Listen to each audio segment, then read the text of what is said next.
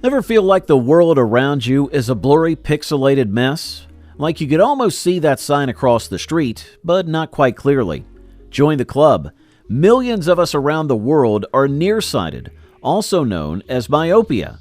Experts suggest that by 2050, nearly half of the world's population will have some degree of myopia. That's a staggering statistic, and it highlights the growing concern surrounding myopia or nearsightedness. While it's a common eye condition, some questions loom over: can it worsen and lead to vision loss? And what can we do to manage it and protect our precious sight? Let's ditch the squinting and dive into the science behind myopia. Before you start picturing yourselves stumbling around in eternal darkness, relax. That's not quite the story. But myopia isn't just about holding a book an inch from your face, although no judgment if that's your thing.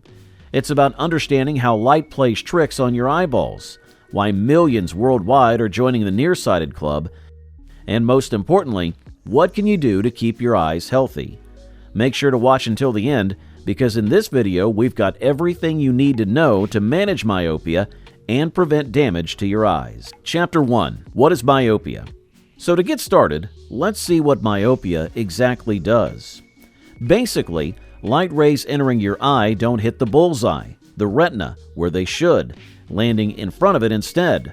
Talk about bad aim. This means nearby objects are crystal clear while distant ones become a blurry mess. But this condition is highly manageable. Glasses or contacts act like aimbots, refocusing those rogue light rays and bringing the world back into sharp focus. However, for some, myopia can be a sneaky villain, sometimes growing stronger as your eye continues to sprout. This high myopia, technically defined as more than -6 diopters, can increase the risk of eye problems down the line. So myopia might be annoying, but it's still treatable and manageable. Chapter 2. Types of myopia. While nearsightedness might make you think you're living in a permanent soft focus filter, there are actually different levels of it. Level 1 or low myopia is the can't quite read the street sign level. Things far away get fuzzy, but nothing a cute pair of glasses can't fix. Most folks with low myopia cruise through life without major vision problems. Level 2 or moderate myopia causes blurry distances to become more pronounced and squinting becomes inevitable, but glasses or contacts still work. Level 3, the high myopia. This is where things get serious. Imagine seeing the world through a thick fog. That's what high myopia can be like. While glasses and contacts offer some relief, this level requires extra care to prevent future eye problems. Now here is something interesting. Age factor isn't directly linked with worse myopia. Remember those nearsighted kids you knew in school? They might have gotten blurrier over time, right? But that's not the case. Their vision usually stabilizes in their 20s. Chapter 3. Symptoms. Now that you're aware of what myopia is and how bad it could be, how do you spot it out? Here are some telltale signs you might be part of the nearsighted squad. Number 1. Eye strain. Your eyes feel like they've run a marathon after focusing on faraway things. Think tired, achy, and maybe even a little sore. Secondly, squinting becomes inevitable, almost your second nature. 3. Those blurry visions sometimes come with a bonus. Throbbing headaches that make you wish you could rewind and just appreciate the blurry blob for what it is.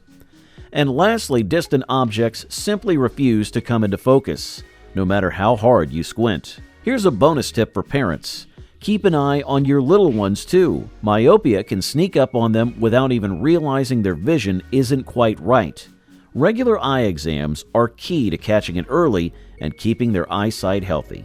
Remember, these symptoms are just clues, and a proper eye exam is the real test for diagnosing myopia. Chapter 4. Causes. But what causes myopia? Do our eyes simply give up, or is it related to our genetics? Hopefully, it's not your phone, fingers crossed, but it's definitely related to how your eyes work, or rather, how they don't work in the case of myopia. Imagine your eye as a mini movie theater. Light rays are the projector beams. They enter through the cornea, the clear dome at the front of your eye, like those movie rays entering from the film print. The lens acts as the projectionist, bending the light rays to focus them on a special screen at the back, the retina. This is where the magic happens. and the light rays turn into the movie you see. But in myopia, things get a little wonky. Either the cornea is too curved, like a misshapen projector lens, or the eyeball is too long, like a stretched-out movie screen. This throws off the focus, and instead of landing squarely on the retina, the light rays land in front of it, like watching a movie out of focus. The result? Blurry vision for distant objects, making you squint like you're trying to decipher a cryptic message on the big screen. Now, the reasons behind this predicament aren't exactly clear. While genetics might play a role, thanks, Mom and Dad, some experts suspect environmental factors like spending too much time indoors glued to screens, guilty as charged, might also continue. Think of it like your eyes forgetting how to appreciate the beauty of the widescreen world because they're stuck in a constant close-up on your phone. Before we get to Chapter 5, the eHealth MD channel would love to give you a free book, Vision for Life, The Essential Guide to Eye Health. This is a book that everyone concerned about eye health should read. Stay to the end of the video and we'll tell you how to get your free ebook. Okay, let's get back to the list. Chapter 5, Long-Term Risk of Nearsightedness. So we've established that blurry vision isn't the only consequence of being part of the nearsighted crew. Now don't panic, but it's important to be aware of some potential long-term risk associated with myopia, especially high myopia, the super blurry vision.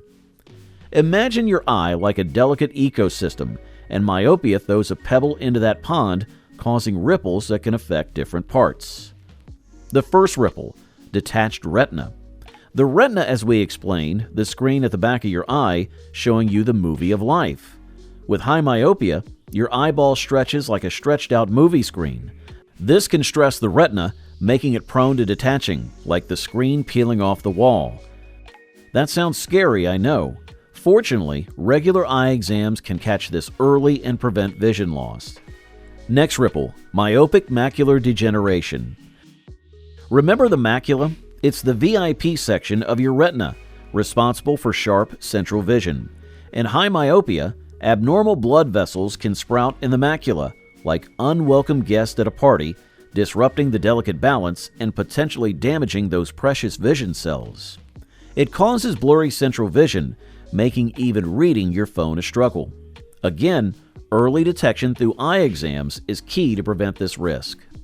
And the final ripple, glaucoma.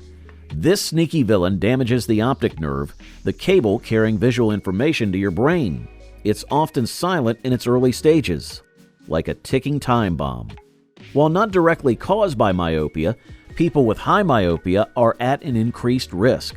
But again, there is no reason to panic. Regular eye exams can detect glaucoma early and keep your vision cable intact. Now let's add another ripple to the chaos, cataracts. The lens of your eye are the crystal clear window pane to the world. In high myopia, the stretched eyeball and thinned retina can disrupt the delicate balance of nutrients reaching the lens. It may lead to the release of biochemical byproducts.